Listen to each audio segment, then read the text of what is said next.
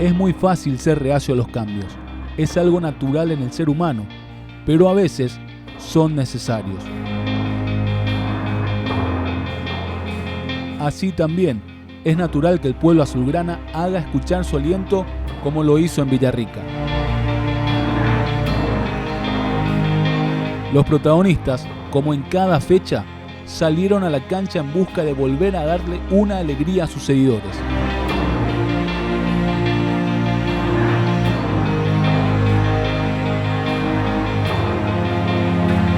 Pero uno de ellos volvería a casa con la certeza de guardar esta noche en un espacio muy especial de su corazón.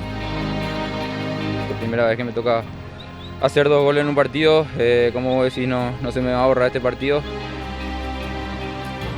Y es que apenas comenzado el partido, sacó el grito que tanto espera, encaminando un triunfo que a la larga puede servir para mucho.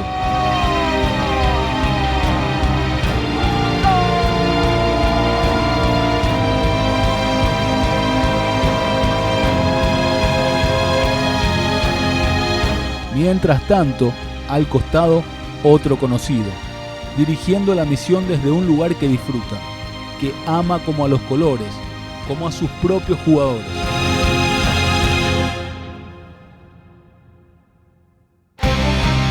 Así, un choque con 1.000.000 de incidencias, patadas, un expulsado, revisiones en el VAR, tener que ver desde afuera y ganas de no tener que ver.